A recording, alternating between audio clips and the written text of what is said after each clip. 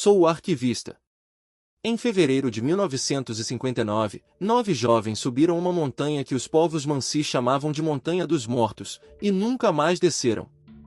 À frente ia um engenheiro de apenas 23 anos. Semanas depois, encontraram a barraca cortada por dentro e os corpos espalhados na neve. Hoje eu vou te mostrar de onde veio esse mistério, quem o registrou e o que a ciência finalmente revelou. Ele se chamava Igor Alexeyevich Dyatlov. Estudava engenharia de rádio no Instituto Politécnico dos Urais, em Sverdlovsk, a atual Ekaterimburg. Era metódico, construía seus próprios rádios e fogareiros portáteis e já havia liderado várias expedições difíceis. Colegas o descreviam como calmo, disciplinado e obstinado. Aos 23 anos, era o líder natural de um grupo de estudantes apaixonados por trilhas nas montanhas geladas. Estávamos no auge da União Soviética, quando o montanhismo esportivo era símbolo de coragem e disciplina. O grupo reunia 8 estudantes e um guia veterano, quase todos entre 20 e 25 anos. Havia Zinaida, Lyudmila, Rustem, os 2 Yuris e outros, atletas experientes em neve e frio extremo. Não eram aventureiros imprudentes, e sim amigos bem treinados. Buscavam o mais alto grau de dificuldade reconhecido pelo esporte soviético. O destino era o Monte Otorten, no norte dos Urais, numa rota classificada como categoria 3, a mais exigente da época. 10 pessoas partiram de trem e caminhão rumo ao gelo. Mas um deles, Yuri Yudin, adoeceu com fortes dores e voltou no último posto habitado. Aquela decisão salvou sua vida. Yudi seria, por décadas, o único sobrevivente daquela expedição, e uma testemunha do começo da jornada. E aqui está a chave de tudo, eles documentavam cada passo. O grupo mantinha diários pessoais, um diário coletivo e várias câmeras fotográficas. Esses cadernos e rolos de filme, revelados depois, viraram as fontes primárias do caso, o registro exato de datas, humores e clima. A última fotografia mostra silhuetas cavando a neve ao entardecer. São essas páginas que ainda hoje permitem reconstruir a expedição quase hora a hora. No dia 1º de fevereiro, o grupo subia a encosta de Kolassiako, nome que na língua mansi costuma ser traduzido como Montanha dos Mortos. Em vez de descer para a proteção da floresta, decidiram montar acampamento na encosta aberta, varrida pelo vento, talvez para não perder a altitude conquistada. Foi a última anotação de Dyatlov no diário coletivo. Depois disso, apenas o silêncio. O que aconteceu naquela noite virou lenda. Em algum momento entre 1º e 2 de fevereiro, algo fez com que todos os 9 rasgassem a barraca por dentro e corressem para fora, a maioria sem botas nem casacos. Lá fora, o termômetro marcava perto de 25 graus negativos. Eles fugiram de algo tão urgente que enfrentar o frio mortal pareceu a opção mais segura. Ninguém voltou à barraca. Dyatlov havia prometido enviar um telegrama assim que voltasse. Quando o prazo passou sem notícias, familiares e o instituto deram o alarme.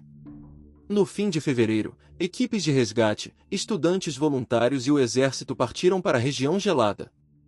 Encontraram primeiro a barraca semi-enterrada, cortada por dentro, com quase todos os pertences ainda lá.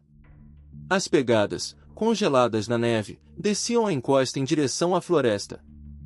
A cerca de 1,5 km dali, sob um velho cedro, acharam os 2 primeiros corpos, junto aos restos de uma pequena fogueira e galhos quebrados bem acima do chão. Outros 3 foram encontrados na encosta, como se tentassem voltar para a barraca. Todos haviam morrido de hipotermia. Mas o mistério só crescia. Por que fugir do abrigo rumo a uma morte quase certa no gelo? Meses depois, o degelo revelou os últimos 4 corpos num barranco coberto de neve. E foi então que o caso ganhou contornos assustadores. 3 deles apresentavam fraturas graves no crânio e no tórax, com força comparável à de um acidente de carro, mas sem ferimentos externos que explicassem tamanho impacto. Os legistas ficaram perplexos. Não havia sinais de luta nem de qualquer outra pessoa por perto. O caso foi entregue ao promotor Lev Ivanov, que abriu uma investigação criminal formal. Ele reuniu autópsias, diários, fotos e depoimentos num extenso arquivo. Mas, sem uma explicação convincente, encerrou o processo com uma frase que atravessaria a história: Os alpinistas morreram por uma força natural desconhecida, poderosa demais para ser superada. O dossiê foi então lacrado nos arquivos do Estado, longe dos olhos do público. E foi justamente esse silêncio oficial que alimentou o mito. Por décadas, o arquivo permaneceu classificado, acessível a pouquíssimos. Sem respostas, surgiram todo tipo de teoria, testes militares secretos, armas experimentais e luzes estranhas no céu relatadas por outros grupos. Cada boato preenchia o vazio deixado pela censura. A tragédia de 9 estudantes se transformava, aos poucos, numa das maiores lendas da União Soviética. Mas houve quem lutasse para manter a verdade viva. Yuri Yarovoi, jornalista que participou das buscas, escreveu em 1967 o primeiro romance sobre o caso, publicado, porém, sob forte censura. Décadas depois, Yuri Kuntsevich fundou a Fundação Dyatlov, preservando documentos e diários originais. E, em 2013, o americano Donnie Shar levou a história ao mundo no livro Dead Mountain. Foram eles que impediram o caso de virar apenas fumaça. Com o fim da União Soviética, os arquivos começaram a se abrir. Em 2019, a própria Procuradoria-Geral da Rússia reabriu oficialmente a investigação, prometendo revisar as provas com métodos modernos. Peritos voltaram à encosta de Kolassiako, mediram o terreno e reanalisaram os antigos laudos. A ciência, enfim, entrava onde antes só reinavam boatos. A pergunta seguia a mesma: o que expulsou aqueles 9 da barraca? E então veio a resposta mais sólida. Em 2021, os cientistas Johann Galm e Alexander Puzin publicaram, na revista Communications Earth and Environment, um modelo detalhado do terreno. Ao cortar a neve para armar a barraca numa encosta íngreme, o grupo teria provocado, horas depois, uma rara avalanche de placa, um bloco compacto de neve que desabou sobre eles enquanto dormiam. Isso explicaria as fraturas e a fuga desesperada. Não era um monstro, era a própria montanha.